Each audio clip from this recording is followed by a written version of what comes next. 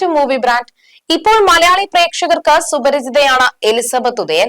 ബാലയെ വിവാഹം കഴിച്ചതിന് ശേഷമാണ് എലിസബത്തിനെ കൂടുതൽ പ്രേക്ഷകർ അടുത്തറിയാൻ തുടങ്ങിയത്. തന്റെ വിശേഷങ്ങളെല്ലാം പങ്കുവെക്കാറുള്ള എലിസബത്ത് ഒരിടയ്ക്ക് വെച്ച് ബാലയ്ക്കൊപ്പമുള്ള ചിത്രങ്ങളോ വീഡിയോകളോ ഒന്നും തന്നെ പങ്കുവെക്കാതെയായി. അതോടെയാണ് പ്രേക്ഷകർ ഇരുവരും തമ്മിൽ വേർപിരിഞ്ഞുവെന്ന് സംശയിച്ചു തുടങ്ങിയത് തന്നെ. എന്നാൽ വേർപിരിഞ്ഞെന്നോ പിരിയാനുള്ള കാരണമോ ബാലയോ എലിസബത്തോ പറഞ്ഞിരുന്നില്ല. ഇപ്പോൾ അടുത്തിടെയായി മാലയ്ക്കെതിരെ ഗുരുതര ആരോപണങ്ങളുമായാണ് എലിസബത്ത് രംഗത്തെത്തിയിരുന്നത്. എലിസബത്തിനെ പ്രേക്ഷകർ കൂടുതൽ അടുത്തറിയാൻ തുടങ്ങിയതും അതോടുകൂടിയാണ്. തുടർന്ന് പലരും എലിസബത്തിന്റെ വിശേഷങ്ങളെല്ലാം തന്നെ ചോദിക്കാറുണ്ടായിരുന്നു. ഇപ്പോഴിതാ ഗുജറാത്തിൽ ജീവിക്കുമ്പോഴാണ് മലയാളികളുടെ വില മനസ്സിലായതെന്ന് പറയുകയാണ് എലിസബത്ത്. അഹമ്മദാബാദ് വിമാന ദുരന്ത ബാധിതർക്ക് ഡോക്ടർ ഷംസീർ വയലിൽ സാമ്പത്തിക സഹായം കൈമാറിയതിനെ പ്രശംസിച്ചാണ് എലിസബത്ത് രംഗത്ത് വന്നിരിക്കുന്നത്. എയർ ഇന്ത്യയുടെ വിമാനം തകർന്നു വീണ BJ മെഡിക്കൽ കോളേജിൽ PG വിദ്യാർത്ഥിനിയാണ് എലിസബത്ത്. അപകടത്തിൽ മരണപ്പെട്ടവരുടെ കുടുംബാംഗങ്ങൾക്കും പരിക്കേറ്റവർക്കുമായി 6 കോടി രൂപയാണ് ഷംസീർ വയലിൽ സഹായം കൈമാറിയത്. Lulu group chairman MA Yusuf അലിയുടെ മരുമകൻ കൂടിയാണ് ഡോക്ടർ ഷംസീർ വയലിൽ. യൂസഫ് അലിയെ പോലെ തന്നെ ഡോക്ടർ ഷംസീർ ദൈവം തിരഞ്ഞെടുത്ത ആളാണെന്ന് എലിസബത്ത് പറയുന്നു. അഹമ്മദാബാദ് വിമാന അപകടത്തിന് ശേഷം ടാറ്റ ഗ്രൂപ്പ് മെഡിക്കൽ കോളേജിന് സഹായം വാഗ്ദാനം ചെയ്തിട്ടുണ്ട്. അതുകൂടാതെ മലയാളിയായ ഡോക്ടർ ഷംസീർ വയലിൽ മരിച്ചവരുടെ കുടുംബങ്ങൾക്കും പരിക്കേറ്റവർക്കും പണം നൽകുമെന്ന് പറഞ്ഞിട്ടുണ്ടായിരുന്നു. ആ പണം അദ്ദേഹം കൈമാറി. ഇവിടെയുള്ളവർക്ക് നേരിട്ട് കൈമാറി. ബാക്കിയുള്ളവർക്കുള്ള പണം സ്റ്റുഡൻസ് കൗൺസിലിന് കൈമാറി. ഷംസീർ സാർ വന്നിരുന്നില്ല. അദ്ദേഹത്തിന്റെ പ്രതിനിധിയാണ് വന്നത്. വലിയ മീഡിയ കവറേജ് ഒന്നും ഇല്ലായിരുന്നു. വളരെ സൈലന്റ് ആയിട്ട് നടന്ന പരിപാടിയായിരുന്നു. ആരെയും അറിയിക്കാതെയുള്ള ചടങ്ങായിരുന്നു. ഡോക്ടർ ഷംസീർ വയലിനെ കുറിച്ച് പറയുന്നതിന് മുൻപ് തനിക്ക് പറയാൻ ആഗ്രഹമുള്ള ഒരാളുടെ പേര് യൂസഫ് അലി സാറിനെ കുറിച്ചാണ്. ചെറുപ്പത്തിൽ ഒരു 16 വയസ്സൊക്കെയുള്ള പ്രായത്തിൽ വാർത്തകളൊക്കെ കാണുമ്പോൾ ചില ആളുകളുടെ പ്രശ്നത്തിൽ യൂസഫ് അലി സാർ ഇടപെട്ടു എന്ന് കാണുമ്പോൾ അവർക്ക് നീതി കിട്ടും, അവർക്ക് സഹായം കിട്ടും എന്നറിയാം. ചിലത് കാണുമ്പോൾ തോന്നും എങ്ങനെയെങ്കിലും യൂസഫ് അലി സാറിന്റെ കണ്ണിൽ പെട്ടിരുന്നുവെങ്കിൽ എന്ന്. ദൈവം തിരഞ്ഞെടുത്ത ഒരാളെന്നാണ് അദ്ദേഹത്തെ കുറിച്ച് തോന്നുന്നത്. അദ്ദേഹത്തിന്റെ മരുമകനാണ് ഷംസീർ വയലിൽ. അദ്ദേഹം ഒരു റേഡിയോളജിസ്റ്റ് ആണ്. കുറെ രാജ്യങ്ങളിൽ അദ്ദേഹത്തിന് ആശുപത്രികൾ ഉള്ളത്. അദ്ദേഹം പണം കൈമാറിയതിൽ ഭയങ്കര സന്തോഷം തോന്നുന്നു. ഇവിടെ കൂടുതൽ പേരെയും മനുഷ്യരായിട്ടേ തോന്നില്ല. ഉപകാരം പോയിട്ട് ഉപദ്രവം ചെയ്യാനാണ് കൂടുതൽ പേരും നോക്കുക. ഉപകാരം ചെയ്യുമ്പോൾ ചിലർ പലതും തിരിച്ചു പ്രതീക്ഷിക്കും. പക്ഷെ യൂസഫ് അലി സാറിന്റെയോ ഷംസീർ വയലിന്റെയോ കാര്യത്തിൽ അങ്ങനെ തോന്നിയിട്ടില്ല. പെട്ടെന്ന് ഒരു വിമാന അപകടം നടക്കുന്നു. ഇവിടെ നിന്ന് ഒരാൾ സഹായം ചെയ്യാമെന്ന് പറയുന്നു. പെട്ടെന്ന് തന്നെ അത് ചെയ്യുന്നു. ഇവരൊക്കെ ദൈവം തിരഞ്ഞെടുത്ത ആളുകളാണ്. ലൈഫിൽ നമ്മൾ വിചാരിക്കാത്ത കാര്യങ്ങളാണ് നടക്കുന്നത്. അതിലൊന്നാണ് വിമാന അപകടം. പക്ഷെ ഇങ്ങനെ ചില നല്ല ആളുകൾ സഹായിക്കാനുള്ളത് കൊണ്ട് ആ ഒരു ബുദ്ധിമുട്ട് നേരിടുക എന്നത് കുറച്ച് ഈസി ആക്കി മാറ്റുന്നു. സന്തോഷവും സങ്കടവും തോന്നുന്നുണ്ട്. ഗുജറാത്തിൽ വന്നപ്പോഴാണ് മലയാളികളുടെ വില ശരിക്കും മനസ്സിലായത്. ഈ പരിപാടിക്ക് വേണ്ടി ആഭ്യന്തര മന്ത്രിയൊക്കെ വന്നിട്ടുണ്ടായിരുന്നു. അപ്പോഴൊന്നും ഈ പൈസ കൈമാറുന്ന കാര്യം പറഞ്ഞിട്ടുണ്ടായിരുന്നില്ല.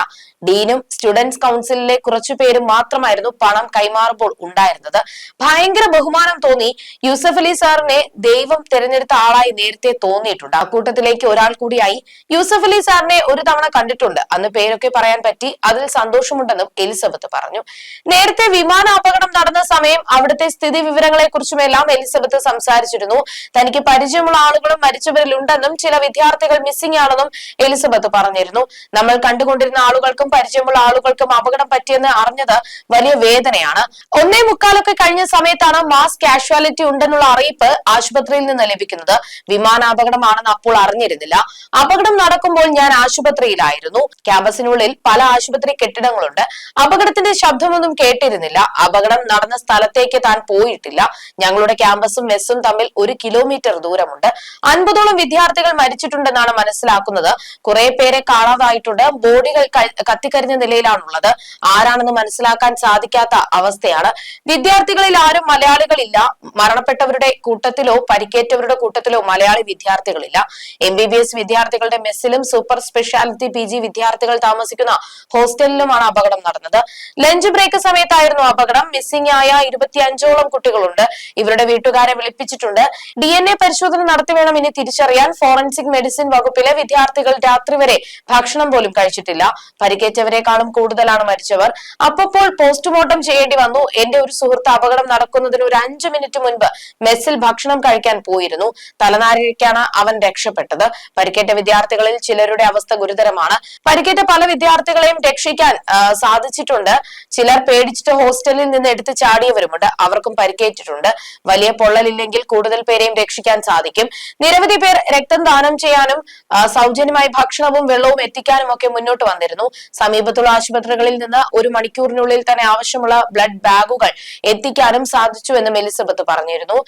ഏകദേശം 2 വർഷത്തോളമായി അഹമ്മദാബാദിലെ ആശുപത്രിയിൽ ഡോക്ടറായി സേവനം അനുഷ്ഠിക്കുകയാണ് എലിസബത്ത് ഉദയൻ.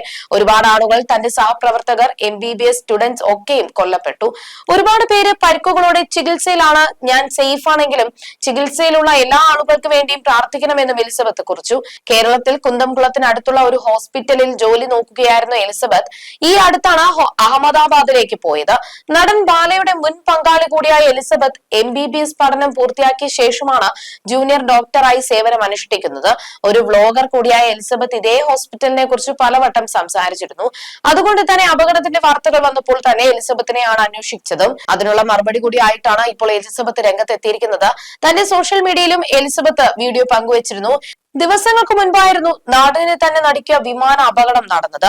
അഹമ്മദാബാദിലെ സർദാർ വല്ലഭായ് പാട്ടേൽ വിമാനത്താവളത്തിൽ നിന്ന് പറന്നുയർന്ന എയർ ഇന്ത്യ വിമാനം മിനിറ്റുകൾക്കുള്ളിൽ 15 കിലോമീറ്റർ അകലെ ജനവാസ കേന്ദ്രത്തിൽ തകർന്നു വീണാണ് ദുരന്തമുണ്ടായത്. മേഘാനി നഗറിലെ മെഡിക്കൽ കോളേജ് ഹോസ്റ്റൽ കെട്ടിടത്തിലാണ് വിമാനം തകർന്നു വീണത്. വിമാന അപകടം നടന്ന സ്ഥലത്ത് നിന്ന് 265 മൃതദേഹങ്ങൾ ആശുപത്രിയിൽ എത്തിച്ചതായി റിപ്പോർട്ടുകളുണ്ട്. 230 യാത്രക്കാരും 12 ജീവനക്കാരുമാണ് വിമാനത്തിൽ ഉണ്ടായിരുന്നത്. ഇതിൽ ഒരാൾ രക്ഷപ്പെട്ടു. BJ മെഡിക്കൽ കോളേജിലെയും മേഘാനി നഗർ സിവിൽ ആശുപത്രിയുടെയും റെസിഡൻഷ്യൽ ക്വാർട്ടേഴ്സുകളും ഹോസ്റ്റലുമാണ് ഇവിടെ ഉണ്ടായിരുന്നത്.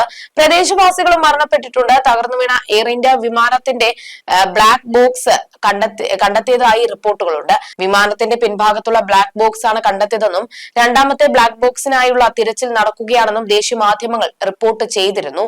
അതേസമയം കഴിഞ്ഞ കുറച്ചു നാളുകളായി എലിസബത്ത് നടത്തിയ തുറന്നു പറച്ചിലുകൾ സോഷ്യൽ മീഡിയയിൽ വലിയ രീതിയിൽ ചർച്ചയായിരുന്നു. ബാല താനിരിക്കെ തന്നെ മറ്റു പല സ്ത്രീകളുമായും ബന്ധം പുലർത്തിയിരുന്നു എന്നതുൾപ്പെടെയുള്ള മാനസികവും ശാരീരികവുമായി തന്നെ എത്രമാത്രം വേദനിപ്പിച്ചു എന്നതും എലിസബത്ത് തുറന്നു പറഞ്ഞു. അത് അത്രയും സോഷ്യലെടുത്ത് ചർച്ചയാവുകയും ചെയ്തു. അന്ന് എലിസബത്ത് ആവർത്തിച്ചു പറഞ്ഞ ഒരു കാര്യമായിരുന്നു തനിക്ക് വധഭീഷണിയുണ്ട് എന്ന്. തനിക്ക് എന്തെങ്കിലും സംഭവിച്ചാൽ അതിന് പൂർണ്ണ കാരണം ബാലയായിരിക്കുമെന്നും പറഞ്ഞിരുന്നു. അപായപ്പെടുത്തുമെന്ന സൂചന നൽകിയ പല അനുഭവങ്ങളും തുറന്നു പറച്ചിലിന് ശേഷം തനിക്കുണ്ടായതായി ഓരോ യൂട്യൂബ് വീഡിയോകളിലൂടെയും എലിസബത്ത് സംസാരിച്ചുകൊണ്ടേയിരുന്നു. കുറെ കാലത്തെ ഇടവേളയ്ക്ക് ശേഷം അടുത്തിടെയായിരുന്നു എലിസബത്ത് വീണ്ടും സജീവമായിരുന്നത്.